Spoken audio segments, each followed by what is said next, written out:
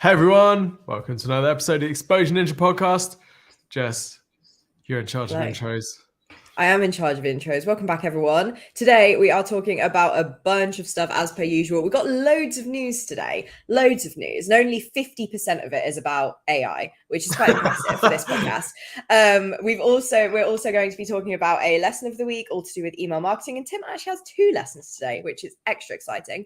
And we are going to be talking about a rather interesting marketing fail, which I think will bring up some good discussion points. Although I was surprised Tim agreed with me with what I said, so you'll have to stay tuned to figure out what that might be. Because I was like, maybe I'm being a bit. But yeah, you'll have to stick around to find out what that is. So Tim, first bit of news, I will let you take over on the AI because it is your favorite. So let us know what's happening in the world of marketing and AI at the moment. Yes. So BuzzFeed just announced that it will use AI tools to personalize its content. I think this is all about using it to make quizzes, isn't it? And yeah, mostly, yeah. What it looks like's happened to me is BuzzFeed said, yeah, we're going to use some AI for our content in a fairly small, sort of localized way. And the world has said, wait, what? BuzzFeed's going to use AI? Okay. And then the stock price quadrupled. So just BuzzFeed using AI for quizzes made the stock price of the whole company quadruple. And I think that shows that we are in prime, like, AI bubble mode. Now, it doesn't mean there's no value in AI. Obviously, there's value in AI, but hold on, peeps. Like, BuzzFeed's an established company. It's been going for ages. Yeah. It's got a whole bunch of media properties generating loads of traffic. This is just one tool. Like, what is going on? So the hype is real. Wow, that's actually incredible. And I think as well, BuzzFeed has a little bit been, for the past few years, it's definitely been on a bit of a downturn. Like, people aren't talking about it as much as they were. People kind of have, I guess, they don't have the best view of it. They see it as the quiz site. They see it as the millennial weird news site. And the fact that it went up, the stock price went up like 4 times even, is just wild, just because they're using AI. And I think maybe they're saying, oh, you're using AI to do your quizzes. That's the most like time consuming part of the website. Like, you're making good decisions. I don't know. If to me, it's like a really great decision. Like, the quizzes are going to be taking people a long time. It can't be fun writing those quizzes all day. Like, I think that's a great example of a use case where they're freeing up human time to be able to do this, to do other better stuff. So yeah, very interesting. I think there's obviously a bunch of stuff about, like you say, the direction that BuzzFeed is happy to go in. But I expect what we'll say after this is that companies wanting to raise or companies wanting to sort of turbocharge themselves are just going to, figure out how to stick the AI keyword in.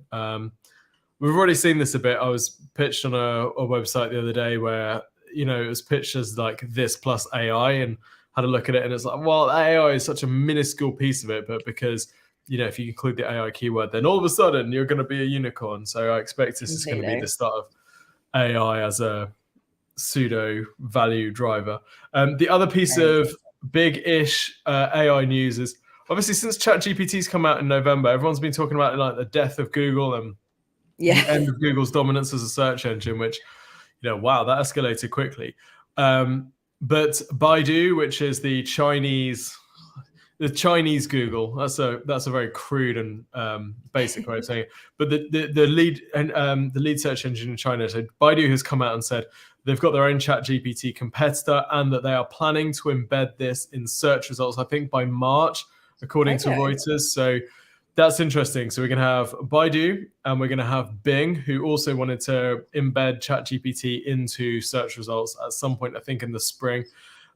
So all eyes now on Google as what is Google going to do? How is Google going to do it? Because Google doesn't want to be the last search engine to embed these sort of chat AI interfaces. So it's interesting. Things are hotting up. I'm totally here for it, as you know. Yeah, of course. No, I'm starting to come around to AI a bit more, as you know.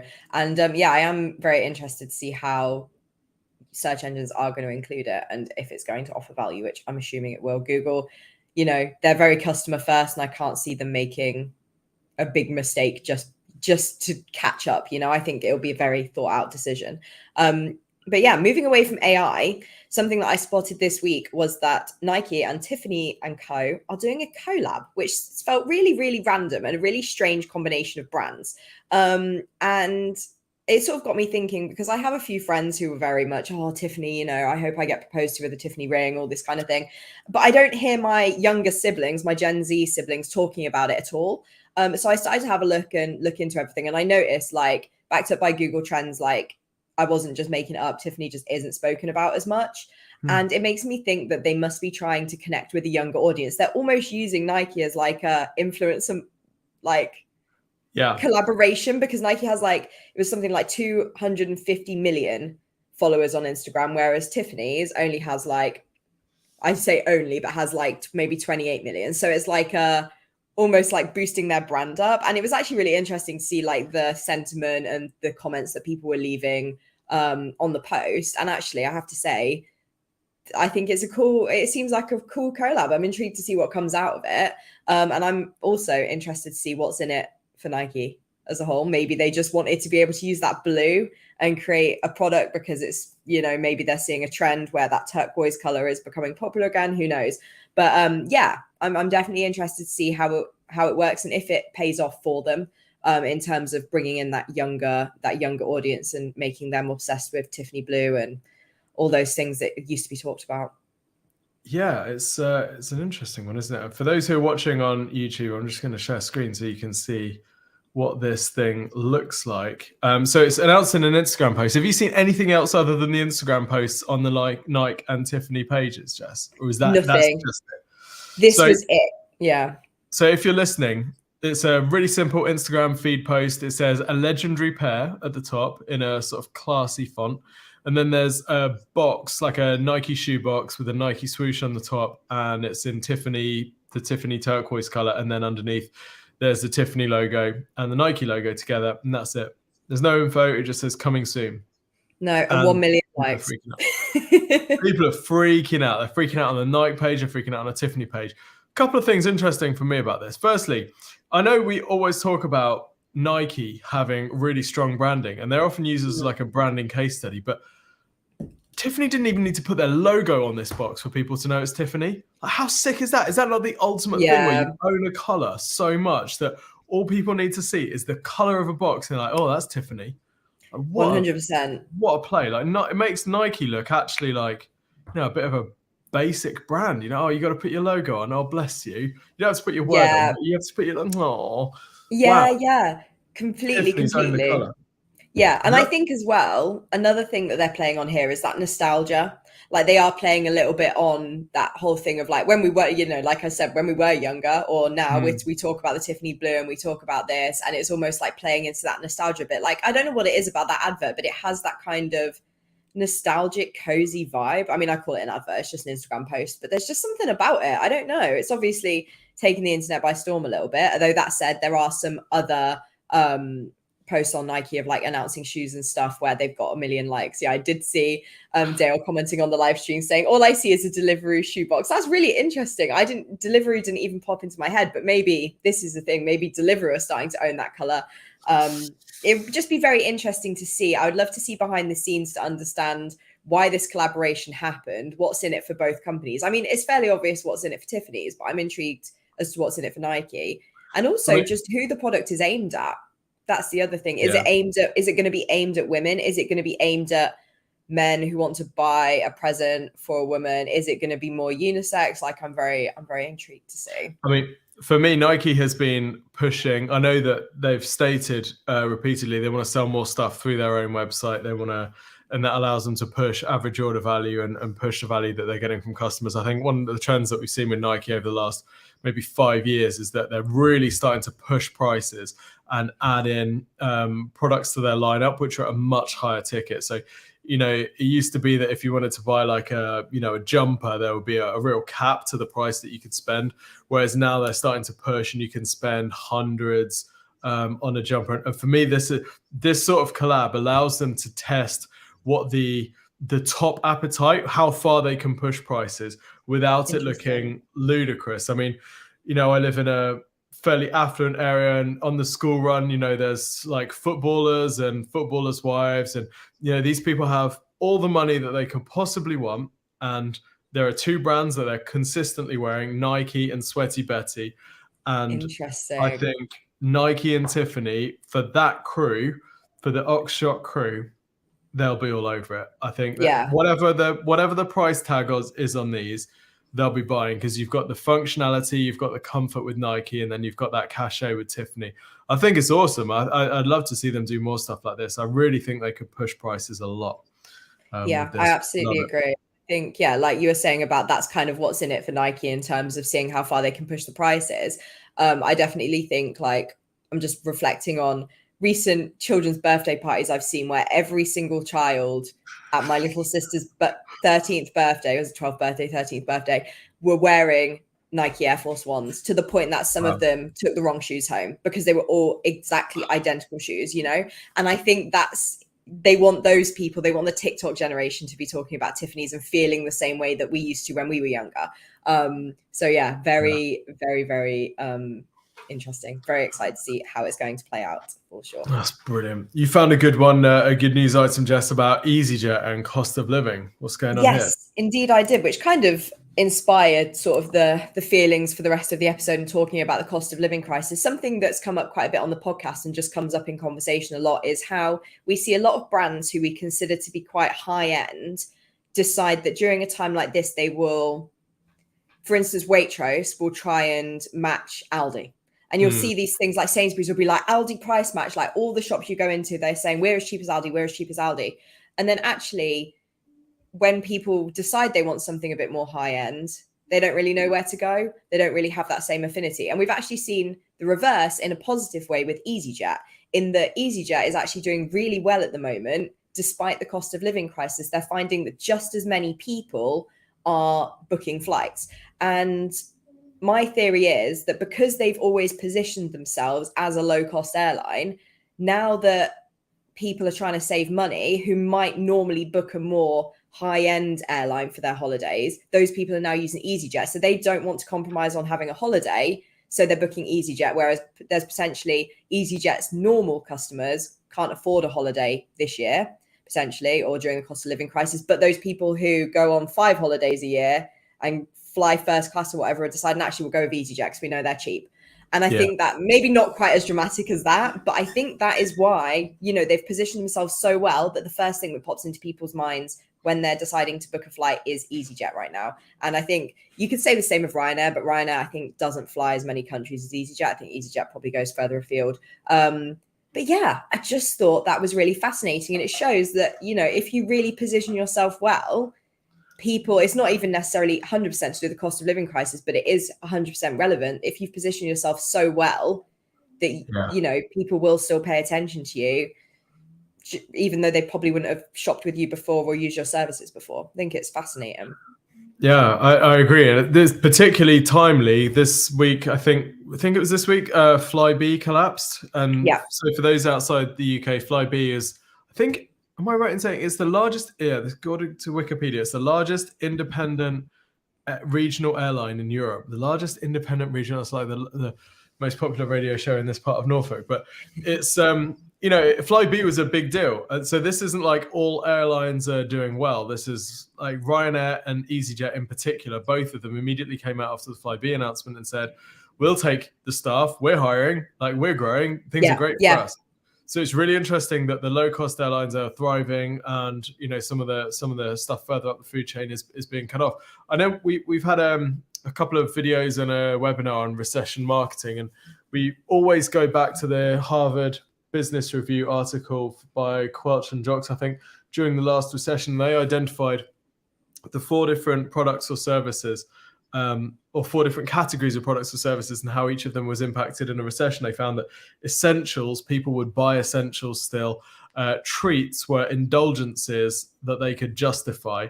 And for me, I wonder if, like what you're saying, if flying with a more premium airline was considered a treat, which is now being unwound, and they're going back to the essential, which is EasyJet and Ryanair. So we're seeing people sort of shift one category down and realizing that actually, who you fly with at the end of the day, it doesn't make a massive difference, does it? You're still in the air. It's a grim experience for everyone, no matter who you're with. So save a bit of money on and go with EasyJet. Really interesting.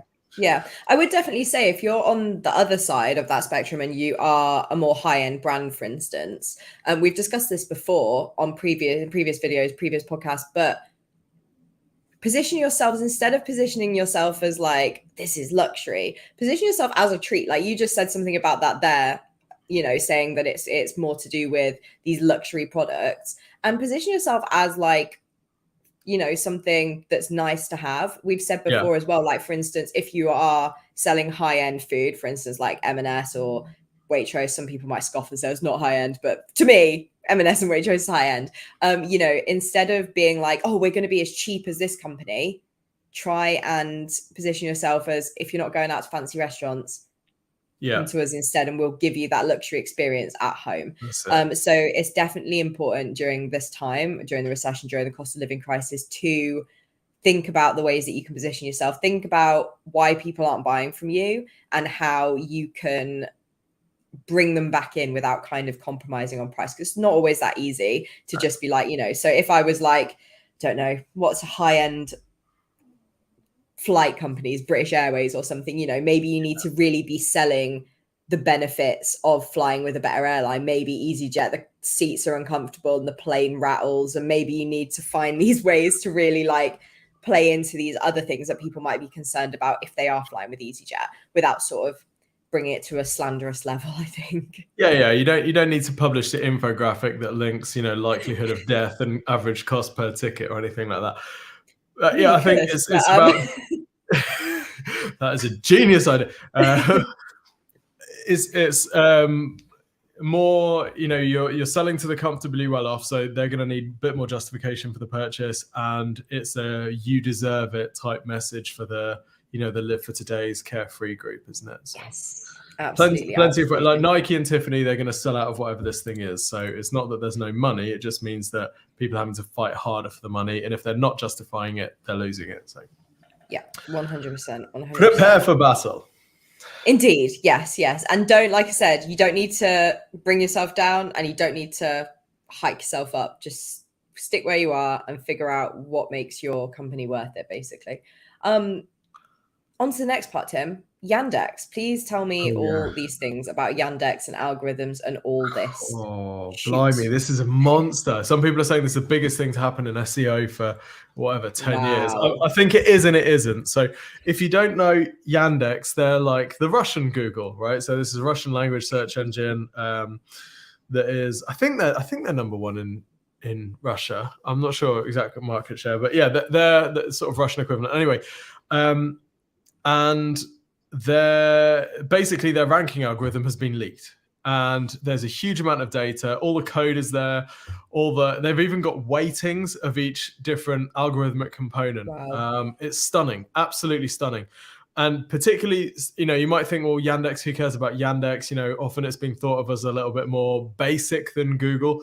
But the thing is, Yandex was originally conceived as a sort of Google competitor, and Yandex hired lots of ex-Googlers to work on it. So I think people are assuming that 70% sort of likeness with Google search results in Yandex. So it's not a million miles away, and we can make some assumptions about what Google is going to be valuing based on this Yandex algorithm leak. So we don't want to go too far. We don't want to say this is Google's ranking factors, but it's really interesting to see inside a modern search engine, because as SEOs for the last, say, 10 years, we've just been prodding at things and seeing what works and noticing what works. We've never actually, no one's ever gone, hey, do you just want to like have a look? Here it is. So now we get to have a look at it, and it's absolutely fascinating. So I've got some sort of brief takeaways. The whole code base is massive. All of the data is absolutely huge. You know, people have been misinterpreting it already. There's just so much to wade through, and to make it even more difficult, a lot of it has to be translated from Russian to English, and stuff gets lost along the way. But there are some kind of interesting things. So I've just made a list of them. I thought I'd blast through and see if any poke out to you. But Michael King from iPool, who's iPool Rank on Twitter, he's done a really interesting analysis on search engine land, I think it was. Anyway, there was some initial claims that Yandex had 1,900 ranking factors. He actually says no, that's just one of the files. There's actually over 17,000 ranking factors. Not all of them are active, but that is a lot of ranking factors. Yeah. So yeah, there's some interesting stuff. So some of it looks really crude. For example, there is a ranking boost for any Wikipedia URLs, which seems a little bit basic. You would have thought that you'd be able to reward Wikipedia with the right ranking, regardless of it being on a Wikipedia. Yeah. But whatever. PageRank is important. Yandex previously, I think they said they were going to stop using links. They're too gameable, so stop using links. But actually, it looks like they haven't stopped using links. There's definitely PageRank involved, and lots of different link metrics. Quite interesting.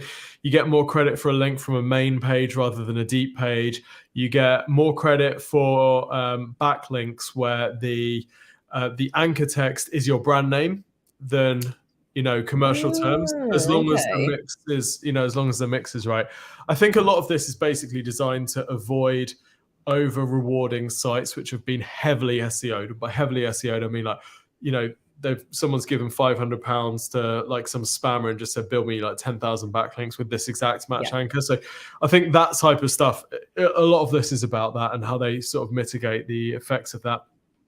User behavior is a big one. So user behavior has always been a bit of a question mark. How much does Google use user behavior? Does it use data from analytics to inform how much people are using websites and how well they're getting on with them? And would that impact ranking? I think Google, to my knowledge, Google said we don't use that, but then people are wondering if someone goes onto a site and then comes back and continues searching, that's a sort of user behavior flag. Well, it looks like Yandex does use user behavior, and it uses it from two sources. Firstly, their own Yandex toolbars. They've got like a little search toolbar that you can install in your browser. And that seems to be watching you at all times and feeding data back to the ranking algorithm, which they'll use. And also, Yandex has a sort of analytics thing called Metrica, and they use that as well. It looks like they use the data from that to inform ranking, which is interesting. Other things, old pages tend to rank better. There seems to be a weighting for older pages rather than newer pages. But if those older pages have been recently updated, that also helps them. So the takeaway there is if you've got old content versus writing a new content, like update the old one rather than writing something new. And they reward sites with a lot of branded traffic and traffic that people search for. So they just don't want to see all of your traffic basically coming from organic search. That's a sort of negative indicator. They like to see that your website is the last site searched, the last site visited in a particular search. So let's say I'm looking for like phone cases, right? They want to see that your site is the last one people search for, so people aren't going on another phone case related site after that, which I think makes sense. Yeah. And they downrank sites that have Yandex ads on them. So they downrank sites that have a lot of ads on the page. And interestingly, .ru domains as well. They also seem to downrank Russian domains, which feels kind of odd. So a whole bunch of stuff there. Yeah. Wow. Crikey. I would definitely say, I think we're going to see an influx of, how do I say this? SEO gurus who are going to start taking things from this leak like tomorrow and being like, this is what you should be doing. Do this right now. And I'm going to say, if you're doing stuff that you've always been doing and it's been working really, really well for you, and then all of a sudden somebody's saying, we saw this leak and now you need to do everything differently, don't feel like you need to change your whole strategy. Because of course, as Tim said, number one, it's not exactly the same as Google. Yes, there are old people who used to work at Google working at Yandex, but that doesn't mean it's exactly the same. And as also mentioned, there's potentially some translation issues. So some people might be translating it and might think, it means one thing and then it doesn't, or they might be kind of like, well, it sounds like it means this. And I'd love. So I would say take a little bit of time before jumping on new trends. I think there's a lot of stuff here that is kind of a little bit common sense. There's some stuff here that's a bit strange. Like I can imagine Google probably isn't doing the Wikipedia thing, and they're probably not down ranking sites with Google ads. Those seem quite odd. But there's definitely stuff here that's like, we can kind of assume like the last visited site in search, Google do want to know that you're finding what you need on a website. So they probably are doing that, but just don't take this as like the be all and end all of everything. I think that's the most important takeaway from this. Yeah, I agree. I don't think there's actually any like surprises about ranking factors. I think it's more the stuff that's interesting is just how they're implementing it. So I think a lot of us marketers have known that website user behavior is really important. You want to make a website that people like, and that seems to perform better. And if you spend enough time analyzing search engines, you know that well-designed sites that have nice user flow and good conversion optimization and great navigation, you just know that they rank better.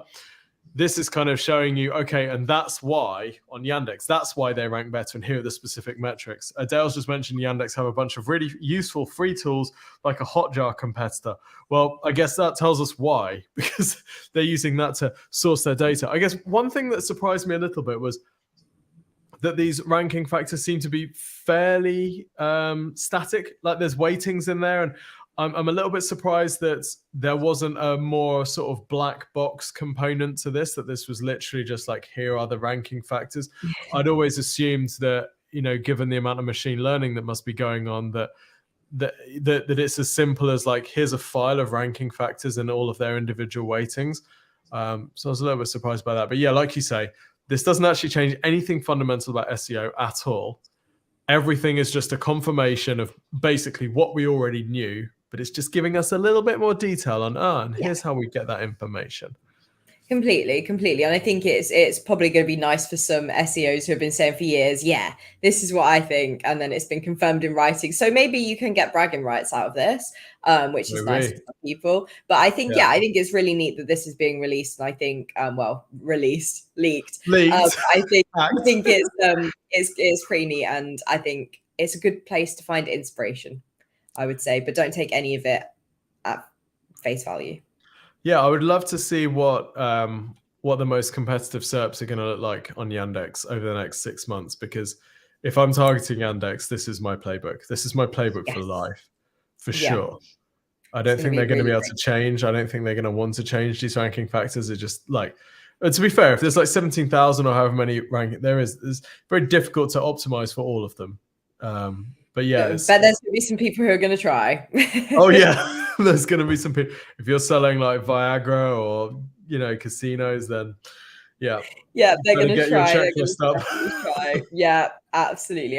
Well, yeah, seems like there's so many big changes happening in marketing right now. Whether that's from like seeing colossal leaks like this or the leaps and bounds that AI is making. I always joke, Tim was like, or Dale said, we need to talk about this BuzzFeed thing. I was like, do we need to talk about AI again, really? But we do, it is important, as much as I'm like shaking my fist in the air, because we've got a video launching at 3 p.m. today. It's also about AI. So AI enjoyers, you're having a great week on the Exposure Ninja channel.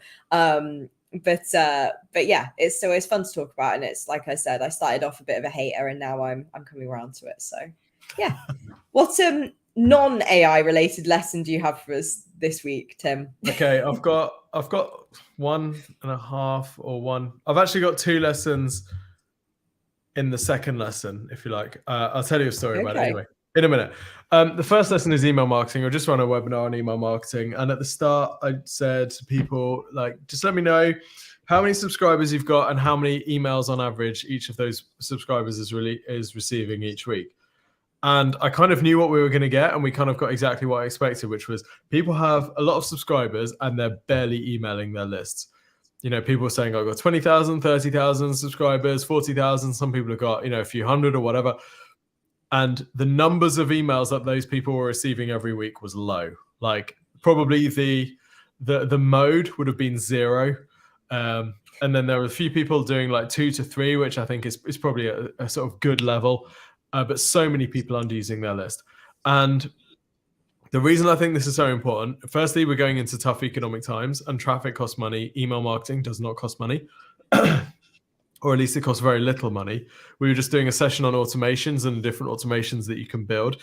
That will cost some money to get set up, but then that'll live forever. The thing I don't understand is people having these huge lists, huge relative to the size of their business, and not tapping that list to make money. Every time you send out a well-written email promo, you will make money from your list. So the only question is, how many times are you going to email them this week? And people are scared about emailing their list for all sorts of reasons. And every time you send out an email, you're going to get unsubscribes. Yeah, you are. But you aren't going to sell them anyway. You're not going to sell them by not contacting them. Yeah. So you may as well contact them. If they unsubscribe, that's okay. It just reduces the cost of your email marketing subscription. Like, we gotta act from a way of increasing revenue, not by avoiding making someone unsubscribe who signed up for your list like 3 years ago and totally forgot and doesn't know anything about you and isn't even in the market for what you do. Don't optimize your marketing strategy for that person. Optimize your marketing strategy to make buyers. So yeah, it's not just small companies. This is large companies too. And actually, I think it gets worse the larger the company gets, because they get scared about emailing their list because of, anything like GDPR, or solicitor said we should probably avoid emailing, or, they worry about tone of voice until the only thing that they're able to send out is like a brochure of their services or their corporate mission statement in an email. It's totally worthless. So it's so untapped. Like, it's the one thing that we sell where you can pretty reliably get ROI within 30 days. Right. Yeah. Even ads, it's going to take a while to warm up. It's going to take a time to optimize. With email, if you've got a list and you're not running promos to it, we can run some promos, we can get automation set up, and you're going to be making money. In some examples from the webinars, like 1.7, 2 million in business from that email list in 6 months. And that's 10x the revenue that they generated from organic search. So this is a huge source of business, and people are just sat there because they're scared to email, or they don't know what to email. And I just think it's crazy, Jess. I just think it's crazy. No, I totally agree. I've definitely seen a lot of people as well who just send emails out that are just sales emails. Like, when I've been expecting to get maybe some advice, or maybe just some other little things, it's just always sales. We've got a discount, we've got a sale on, and I'm just like, I just don't want to hear that. Like, especially when it's like an online tool. Like, I've seen that a lot of online tools, like, send me emails about how to use your tool better, or other things that are adjacent to said tool that would make a lot of sense. But I have to say, I've seen stats before with emails that say that people are like, something wild, like 50% of people make a purchase based on an email they've received every month.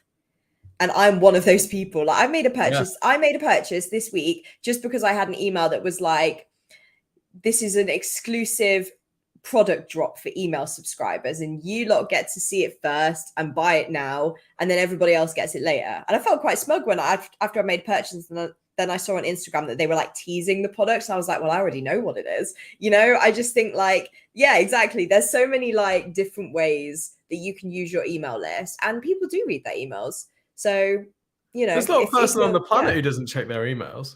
Yeah. I think there's a lot of people, it's the first thing, it's the first app they open in the morning, and the first thing they do is check their emails. I got a stat for you. Yeah. I got a stat for you from... Send it. Oh, I'm gonna butcher this. Well, while Tim's finding his stat, what I will say is we were having a discussion during the day after a significant historical event happened in the UK a few months back, and we were saying, should we send emails out? And there was kind of a discussion, and I went to my emails to sort of see who else was sending emails out, and then I blooming ended up making a purchase of concert tickets that day.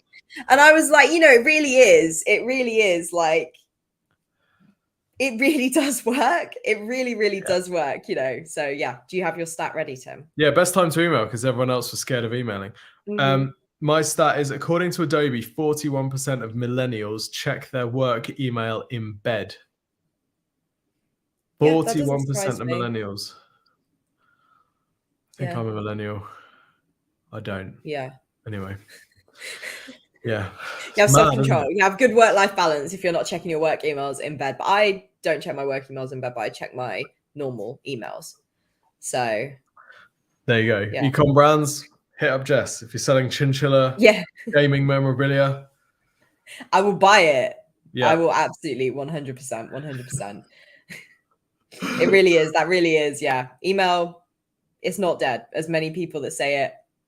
No, email is not dead. Email is not dead. Email has to be replaced by something for it to be dead. And so far, there's nothing. Like, people thought WhatsApp was going to do it. Facebook tried to do it with their Messenger. Nah, nothing has touched email yet because it's free. It's not owned by anyone. Yeah. No, the only thing that sometimes I've seen that can be effective is apps that send notifications. So if you have an app for your e-commerce store, for instance, and you send notifications, that can be pretty good. But I still think it doesn't do better than email because people can be funny about how many apps they have on their phone, etc. What's your second lesson, Tim? My second lesson. So That's also two lessons in one. Yeah, sort of two.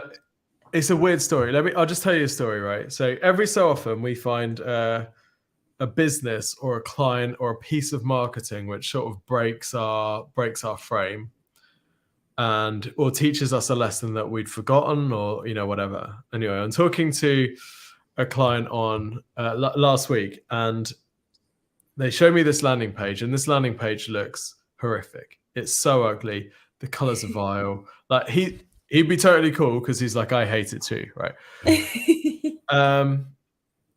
And the above the fold, there's this really weird stock photo that looks just terrible, and it's so big that it pushes the content down below the fold. Like if you get your CRO checklist out, this thing is failing on almost every measure. On looks, tone of voice is pretty good, to be fair. And actually, I think that's probably my first lesson is as long as the really important stuff is there, you're going to be okay. So anyway, I don't want to... So I'm like, all right, how's this thing working? It turns out it's converting from PPC at 10%, which is pretty mad. It's pretty mad. And not only that, the cash being invested in Google Ads is returning 10 to 1. It's getting 10x ROI. And this is it's pretty high ticket, and it's almost entirely profit. So this is, by sort of ratio measure, one of the most profitable ad campaigns I've ever seen on one of the worst looking landing pages I've ever seen. So firstly, it's one of those where like we were brought in to fix this thing, right? And I'm looking at this thing thinking, I don't want to fix this too hard, because if you'd have told me it was possible to get 10% conversion rate out of this market and a 10 times ROI, I would have said, that's going to be tough. Like, we're going to need some serious firepower and a lot of testing. Well, this business has done it within 3 months from a standing start with this ugly thing. So yeah, it broke my pattern in a couple of ways. But I think the first lesson is they got the really important stuff right. So product market fit is absolutely nailed. What that audience needs and what this business delivers is an absolute direct match. And there's actually nobody else really solving this problem. So when the product market fit is there, all of the other stuff around it, the wrapper, becomes way less important. Credibility, yes, you need to build credibility, but if the thing is just absolutely what you need, like if you're crawling through the desert, you're about to die, and then someone's got a bottle that looks like it's water, right? It doesn't matter what the logo is on that. It doesn't matter if that person's wearing like a bandit costume and they're trying to charge you 10 grand for it, and they don't have any testimonials, they don't have any reviews. If that person's like, here you go, you're taking that water, right? Or water. It might be clear urine. You don't care. Like the product market fit is absolutely there. And I think that's what this business has in spades. The second thing is, due to the particular positioning of this business and the tone of voice and all that type of stuff, it is possible that actually the horrible design is a conversion aid rather than a conversion suppressor. So when I used to be building tradesman websites like plasterers and plumbers and stuff, we found that if we used a stock photo of the plumber smiling all cheesy and, with a nice shiny spanner in the beautiful bathroom, it suppressed conversions compared to, the pic that, James's wife took of him with his bum hanging out like on the corner of the van, and this thing's a dump, and, the signs peeling off and stuff. That actually worked better for conversions. And the only reason I can assume, I mean, that's a slight exaggeration. We tried to get them to at least pull their trousers up, but the only thing that we can assume is that it's more consistent with the positioning. If you go on a plumber's site and it looks too slick, then you're like, this is a lead gen firm. This isn't a plumber. So I don't know if a similar thing is happening here, given that this business is all about selling the personality of the founder, and this site most definitely looks homemade. But it's just one of those that, as much marketing, as many landing pages as we've reviewed, I would never have picked this one out as a winner. And it just shows just got to keep an open mind and let the data do the talking. Yeah, no, I totally agree. We've had discussions quite a lot about businesses who will have a website that's designed to win design awards. It's not designed to convert people. And this is a great example, isn't it, of a website that, I mean, it's not even necessarily designed to convert people, but they could have spent loads of money on getting this sleek design and all this, and they probably would have done a lot worse. People probably wouldn't have trusted them and wouldn't have seen them in the same way. So I think, yeah, you wrote here, beauty is a tool, not a price of entry. And I think that's very, very true. If you can have an amazing landing page, awesome. But if you've got a landing page that looks a bit naff, but it's converting really, really high, then, you know, it's all good. You don't need to spend that money fixing it when it's actually okay. But then, I mean, I'm kind of excited about this, Tim, because I want to know if there are changes we can make that's going to make that conversion rate even higher. Yeah. Is what's exciting. Yeah. Yeah, that's the thing. And obviously there are businesses where the first impression and the design and the look and feel is really important. We looked at, was it Lemonade last week? Yes. And it's basically just a completely generic product behind beautiful design, and that's why it works. So there are times when, you know, design, beauty is a tool which has to be deployed, but it's interesting. It's not always. Yeah, I don't know. What we're going to do is we're going to design some stuff and we're going to get them to split test it and see if we can improve it, because it might be that they've nailed their positioning so much it's working despite this thing, and if we can improve it further, you know, the highest conversion rate I've ever seen on a homepage was 30% from organic traffic with a low percentage of that branded. That was another real amazing product market fit thing, great front end offer as well. So, you know, that's not to say 10% is the upper limit, but it'll be interesting. I'll keep you up to date. Yeah, I'm very, very excited to hear how that goes. Because maybe it will be a 30%, maybe it'll be one of those. We shall see. So we've got a marketing fail coming up. This one is very interesting indeed, and I was very surprised to see this because I really, really like this brand, and I've included them in a blog in the past, and I had included them in a upcoming video script and then chose to take them out and replace them with my besties Lemonade as a different insurance company. But the brand is called Dead Happy, and they are a life insurance brand. And one of the reasons why I really, really like them was their positioning. Like, it's absolutely fantastic. You know, it's very much aimed at people who need life insurance, but they don't want to go through all the hassle. They don't want to go through all the, like, it feels like it's like leagues away. They don't get it. It's expensive. It takes ages. You know, they don't understand whether they're eligible or not, etc., etc. And so I really like their branding, you know, stuff like make a death wish, you know, so that you can figure out, oh, okay, this is things that might happen if, you know, if I die, this is what goes down, etc., etc. But they ran some ads this week. Well, they ran one particular ad, which unfortunately fell really flat, and it fell really flat for me. And I just thought it was a bit naff. And what they did is they ran an advert including a doctor, Harold Shipman, if you haven't heard of him, who used to murder his patients, and basically had a picture of him with the tagline, you know, Dead Happy Insurance, because you don't know who your doctor might be.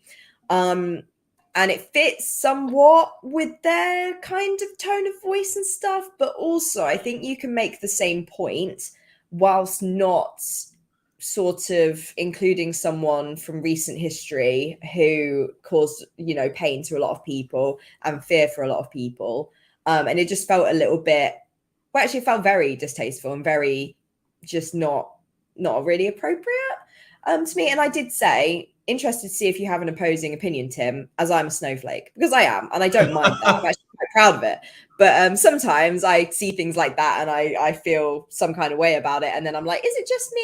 Is it just me? But I would love to know your thoughts, Tim, on this advert, because it was just very, like I said, just rubbed me the wrong way. Wasn't very impressed.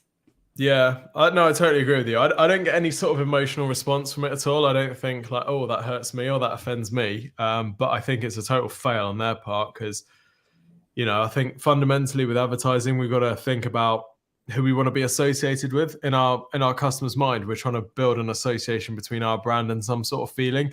And that particular Harold Shipman picture that they used was his mugshot. You know, this is a guy who killed, I think, hundreds of people, right? And then he killed himself in prison. Like, I just don't know why you would want to associate your brand with that in any way. Like, if you're going to do anything, you know, pick some historical figure who killed people but is a bit of a cult hero, right? I don't know, like, you know, Robin Hood or something, because you never know who might be plotting against you, or, you know, something else. Like, there's a way of making that message, but attaching yourself to something which isn't like utterly repulsive and terrifying for people. So yeah, mate. Yeah. This is one of those brands, isn't it? They're a bit like Brewdog in that they have to toe a very fine line between they want to push the boundaries, they want to get reaction, they want to get press about their ads, but quite often, you know, they're walking along a very fine mountain ridge, and it's very easy to fall one way or the other. And Yes. I mean, this will pass, but yeah, completely. And I did leave a note sort of to say, like, maybe I'm just not their target audience, but up until I sort of saw that ad, I was like, really had a strong affinity for them. You know, they were my go-to when I wanted to include a good landing page in an article or cover somebody with good positioning. And it seems like a shame that they decided to make this choice. And I think you have a great point on, they could use fantasy characters, or they could use characters from movies, or they could use people who are very, very historically, you know, just hundreds and hundreds of years ago, that aren't there's not going to be people in recent history that have been affected by it. And I think we've actually had the same feeling about it, but for two different reasons. I'm coming at it from a very personal sort of empathetic place, and you're coming at it from like why would you want to be associated with that behavior? You know, why would you want your brand and that person to be next to each other? And I think that's a really, really valid point as well. Because now when I think of Dead Happy, I'm going to think of the fact that they used Harold Shipman, and that's a bit weird. Yeah, you know? I just think totally weird. Yeah. It was. I think there was some the BBC article interviewed the founder, I think, or someone from the firm, and I thought what was really interesting is that they said our advertising is designed to make people stop and think. So I think they're right there, because for selling life insurance, that is exactly, you've got to break people's pattern, because like you said at the start, life insurance, particularly for people our age, is you know, in my head, if I had to bet either way, I would say I'm never going to die. So why would I ever buy life insurance, right? Because I am utterly convinced that I'm never going to die, because death is this distant concept that happens to other people. So if you're going to get through that, you've really got to, you know, it's got to be like a stop dead in the tracks moment, like, you know, picture of your own funeral with your kids crying and like, what next? Like, so they have to break through that. What's the word? The I can't think of the word, but they have to break through that, you know, where it's just not even on the radar. So I think they understand the brief, but being provocative, you know, there's ways to make people stop and think. And I think, yeah, you gotta, there needs to be some sort of brand playbook there that says, here's who we are, here's who we're associated with, here's the feeling that we want to arouse in people. What we don't want to arouse in people is terror. We want to arouse in people that they want to take care of their family, or, you know, whatever. And then we need to make all our ads consistent with that thesis, right? What we don't want is like to be front page of the news because we've just associated ourselves with a serial killer. So yes, yeah, no, this is exactly the thing. I think you know, we've been working on some branding stuff internally, and some of the stuff that's come up has been like, you know, we want to be cheeky, but we don't want to be nasty. And I think that's quite, that's almost the same way they should have said, you know, we want to push the boundaries, but we don't want to associate with serial killers, you know. Maybe it's not that dramatic. And I would say, you know, you said about it disrupts you and it makes you pay attention, or makes you think about life insurance. I'm thinking about life insurance now, but I'm not thinking about getting it with Dead Happy, you know. No. And it's like, yeah, I think, but maybe, like I said, maybe I'm just not the target audience. Maybe they've had loads of people who thought it was really funny and thought, yeah, actually that could happen to me. And maybe they've had loads of sales, and we're just sat here and being like, but other than that, fantastic website, fantastic positioning, amazing landing page. I've actually had loads of adverts from them recently on Instagram that have been really good and had nothing to do with Howard Shipman. I've skipped them all because I've been like, I don't want to hear from you right now. You've annoyed me.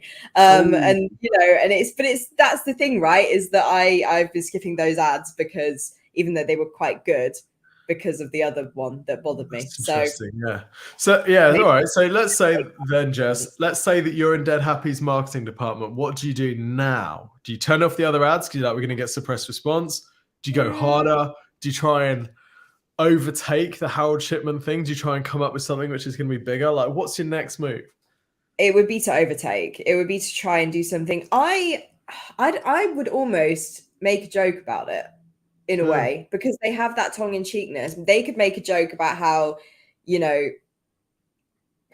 they killed the vibe or something. Yeah. You know how they, How we killed our ad campaign.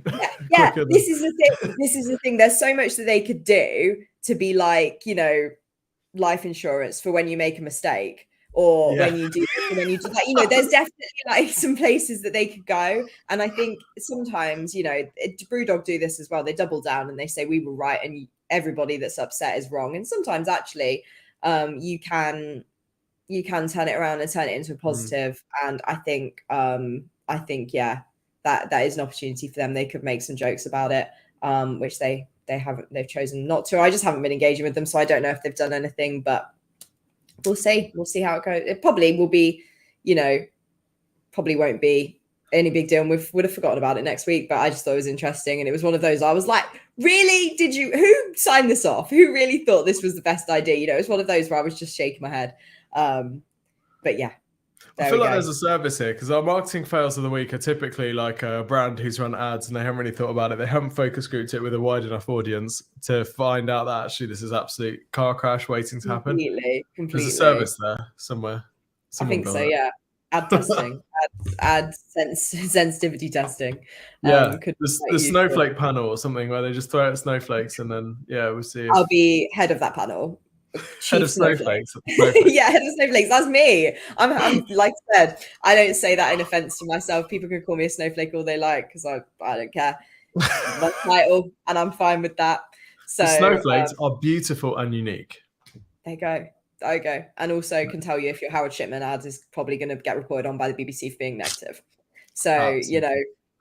Always worth thinking about. Anything else we want to touch on today, Tim? Any exciting things you want to talk about that are coming up? No, I'm going to go and eat some fruit.